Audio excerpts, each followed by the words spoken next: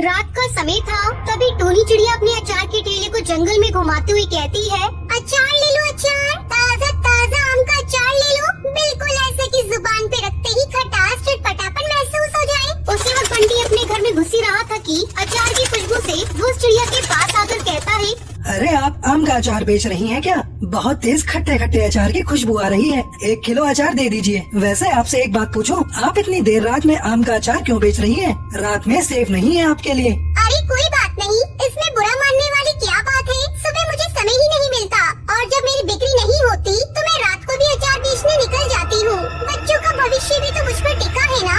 जैसे ही बंटी अचार लेकर अपने घर की तरफ बढ़ता है, वो उस अचार को खा लेता है, जिसके बाद उसकी आंखें लाल हो जाती है। तभी आम का अचार बेचने वाली चिड़िया अपने असली रूप में आ जाती है। अब देखना, मेरा भूती अचार खाने से तुम्हें कितनी तकलीफ होती है।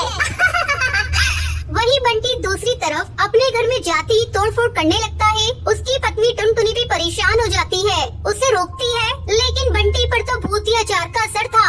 बंटी टुनटुनी को धक्का दे देता है। बंटी, ये तुम क्या कर रही हो? ऐसे बिहेव क्यों कर रही हो? मार डालूंगा मैं, मार डालूंगा। चाकू चाकू कहाँ है? तभी बंटी चाकू लेकर टुनटुनी और अपने आप को मार देता है। ये सब भूतिया चिड़िया की आत्मा खिड़की से देख रही थी। आखिर मेरा भूतिया अचार सही से काम कर गया। इस कबूतर पर अब तो सबको अपने भूतिया अचार बेचूंगी और मारूंगी, एक तीर से 2 निशाने। अगले दिन फिर से शाम को वो अपना भूतिया अचार बेचने निकल जाती है।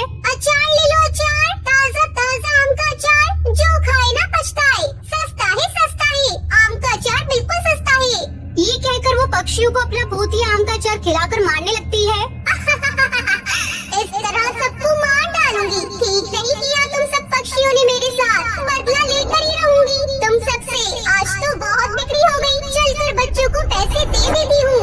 ये बोलकर भूतिया चिड़िया की आत्मा अपनी बेटी पिंकी और बेटा गोलू चुड़ा के पास जाती है। बच्चों, ये लो तुम्हारे लिए खाने के लिए कुछ लाई हूँ, और ये पैसे लो और ज्यादा खर्चा मत करना, संभाल कर रखना पिंकी।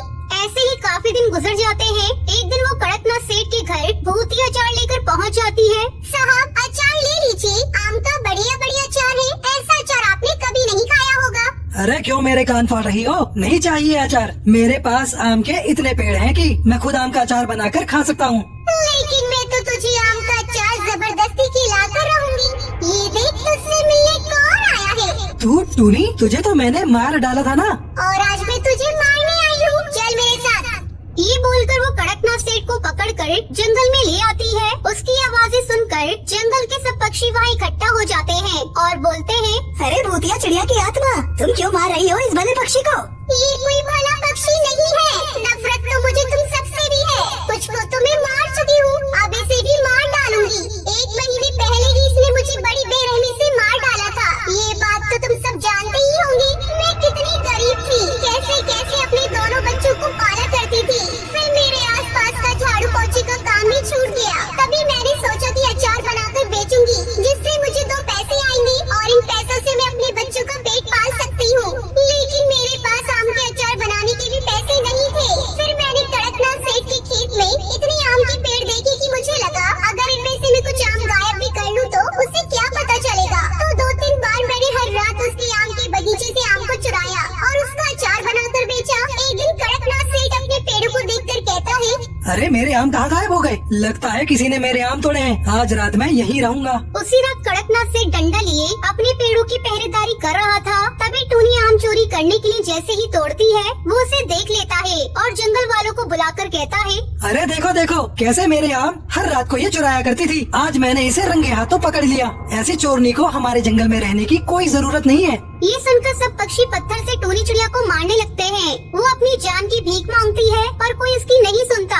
मुझे मार डाला, अब मेरे बच्चों को कौन देखेगा? छोड़ूंगी नहीं कड़कनाथ तुझे, अब भूतिया अचार खिलाकर सबको मारूंगी। तभी मैंने जादू से भूतिया अचार बनाया। आज कड़कनाथ सेठ तुझे इस अचार को खिलाकर मार डालूंगी।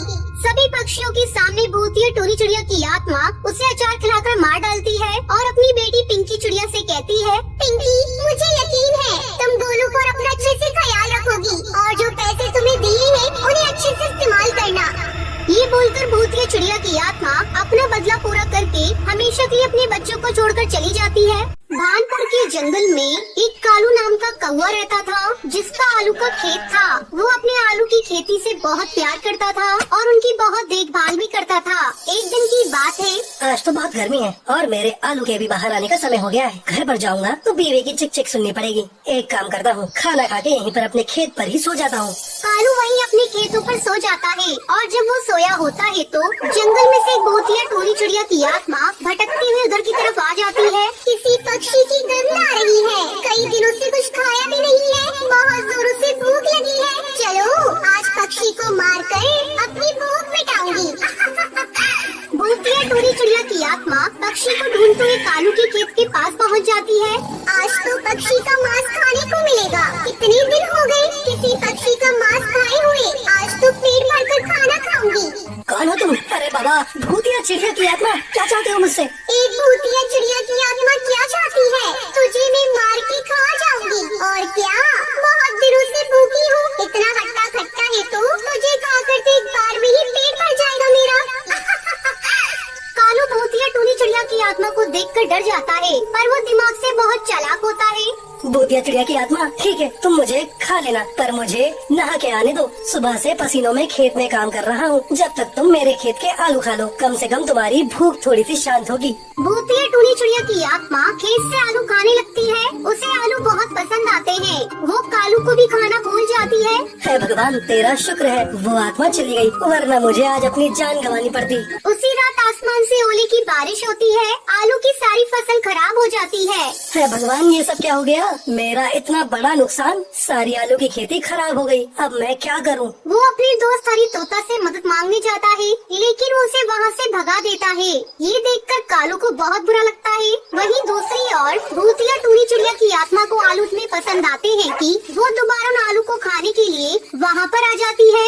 इस खेत के आलू तो इतने अच्छे हैं कि मैं पक्षियों को भी खाना भूल गई हूँ। अब तो मुझे आलू ही खाने हैं। पर ये क्या, यहाँ तो आलू की खेती है ही नहीं। अरे क्यों ना मैं अपने जादू से आलू की फसल उगा दूँ यहाँ पर। भूतिया टोनी चिड़िया की आत्मा अपनी शक्तियों से आलू की खेती करती, वहाँ पर कुछ आलू वो खाती और बाकी आलू को वहीं छोड़कर वहाँ से चली जाती है। जब कालू सुबह उठकर अपने खेत पर जाता है।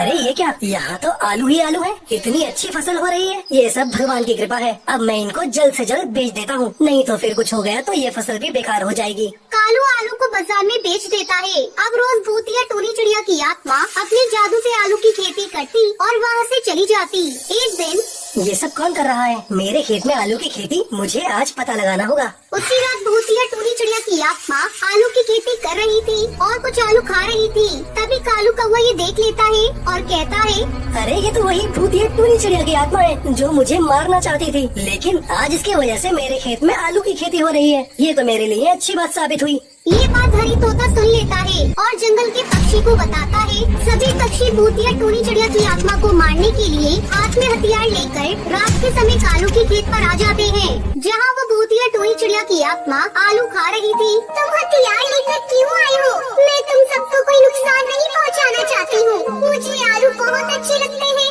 मैं तो यहाँ पर आलू खाने के लिए आती हूँ। मुझे आलू खाने दो। मुझे बहुत तेज भूख लगी है। अभी तो आलू खा रही है, बाद में हमारे जंगल के बच्चों को भी खाएगी। तेरा क्या भरोसा।